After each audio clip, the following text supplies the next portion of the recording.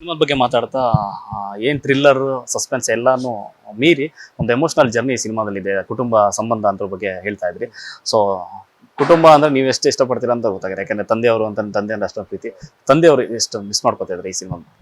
Definitely ತುಂಬ miss ಮಾಡ್ಕೋತಾ ಇದ್ದೀನಿ ಸರ್. ಯಾಕಂದರೆ ಅವ್ರಿಗೆ ಈ ಪ್ರಾಜೆಕ್ಟಲ್ಲಿ ಅವ್ರ ಕತೆ ಕೇಳಿದಾಗಲೇ ಇದು ತುಂಬ ಡಿಫ್ರೆಂಟ್ ಆಗಿ ಅನಿಸ್ತು. ಯಾಕೆ ಪ್ರೊಡ್ಯೂಸರ್ ಮಹಾಂತೇಶ್ ಅವ್ರಿಗೆ ನಮ್ಮ ತಂದೆಗೆ ಒಂದು ಒಳ್ಳೆ ಬಾಂಧವ್ಯ ಇತ್ತು, ಫ್ರೆಂಡ್ಸ್ ಆಗಿದ್ದರು.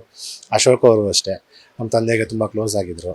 ಅವ್ರ ಕತೆ ಕೇಳಿದಾಗಲೇ ನಾನು ಆಗಲೇ ಹೇಳ್ದಂಗೆ ಅವ್ರಿಗೆ ತುಂಬ ಇಂಟ್ರೆಸ್ಟ್ ಆದರು. ನಿನ್ನ ಕೆರಿಯರಿಗೆ ಇದೊಂಥರ ಬೇರೆ ಥರ ಸಿನಿಮಾ ಇದು, ಮಾಡು ಚೆನ್ನಾಗಿರುತ್ತೆ ಅಂತ. ಸರಿ ಆಯಿತು ಅಂದ್ಬಿಟ್ಟು ಮಾಡಿದೆ. ಏನಂದರೆ ಶೂಟಿಂಗು ಕಂಪ್ಲೀಟ್ ಆಯಿತು. ಪೋಸ್ಟರು ಕೂಡ ಅವ್ರು ನೋಡಲಿಕ್ಕಾಗಿಲ್ಲ, ಅದೊಂದು ಮನಸ್ಸಲ್ಲಿ ಬೇಜಾರಿದೆ. ಬಟ್ ಸಿನಿಮಾ ನೋಡಿದ್ದಿದ್ರೆ ಈಗ ಅಶೋಕ್ಗಾಗಲಿ ಮಹಾಂತೇಶ್ಗಾಗಲಿ ಬೆನ್ನು ತಟ್ಟಿ ಚೆನ್ನಾಗಿ ಮಾಡಿದ್ದೀರಾ ಅಂತ ಒಂದು ಡೆಫಿನೆಟಾಗಿ ಖುಷಿ ಪಟ್ಟಿರೋರು. ಅನ್ಫಾರ್ಚುನೇಟ್ಲಿ ಇಲ್ಲ. ಐ ಮಿಸ್ ಹಿಮ್ ಅಷ್ಟೇ.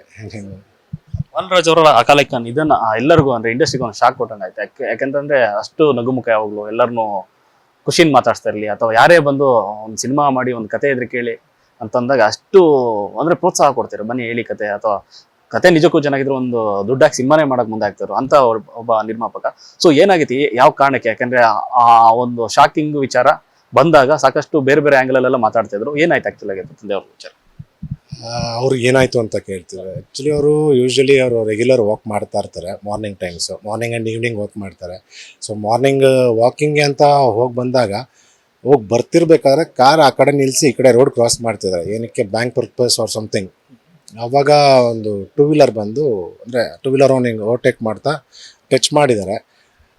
ಟಚ್ ಮಾಡಿದ ತಕ್ಷಣ ಆಬ್ವಿಯಸ್ಲಿ ಯಾವ ಫೋರ್ಸಲ್ಲಿ ಟಚ್ ಆಗಿರುತ್ತೆ ಏನೋ ಗೊತ್ತಿಲ್ಲ, ಬಿದ್ದಾಗ ತಲೆಗೆ ಏಟಾಗಿದೆ ಅವರಿಗೆ.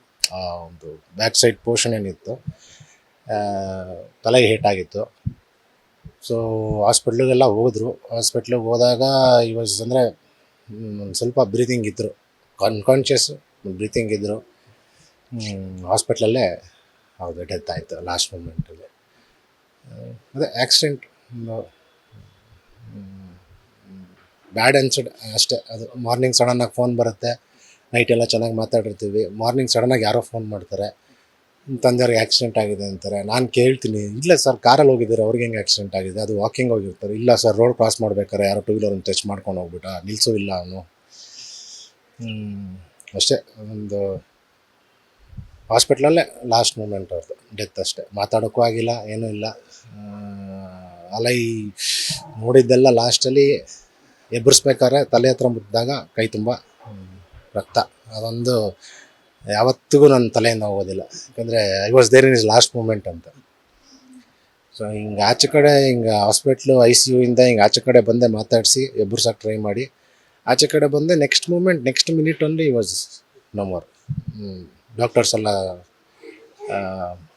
ಹಾರ್ಟೆಲ್ಲ ಪ್ರೆಷರೆಲ್ಲ ಇದು ಮಾಡೋಕ್ಕೆ ಸ್ಟಾರ್ಟ್ ಮಾಡಿದ್ರು. ಏನೋ ನಥಿಂಗ್, ಏನೂ ಆಗಿಲ್ಲ,